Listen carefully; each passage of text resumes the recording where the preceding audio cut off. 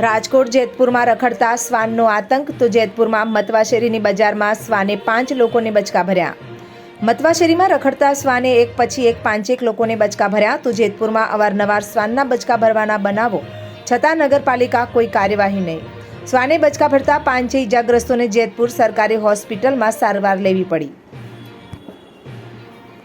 એવું છે કે મતવાશેરીમાં મારા ઘરના મારી દુકાન છે, એટલે અમારી દુકાન આવ્યા હતા, ત્યાંથી બજારમાં શોપિંગ કરવા માટે નીકળ્યા હતા અને બરોબર ત્યાં હડકાયું કૂતરું હોય છે એટલે એને કઈડ્યું અને હાથમાં દાંતને બધું બિહાડી દીધું અને લોહી લુહાણ કરી નાખ્યા. અને અમે અત્યારે ત્યાંથી તાત્કાલિક સરકારી હોસ્પિટલે સારવાર લેવા માટે આવ્યા ત્યારે ખબર પડી કે મતવાશેરીમાં એ કૂતરું 7 થી 8 જણાને લાઇનમાં બધાને ઘણાને કડી દીધું.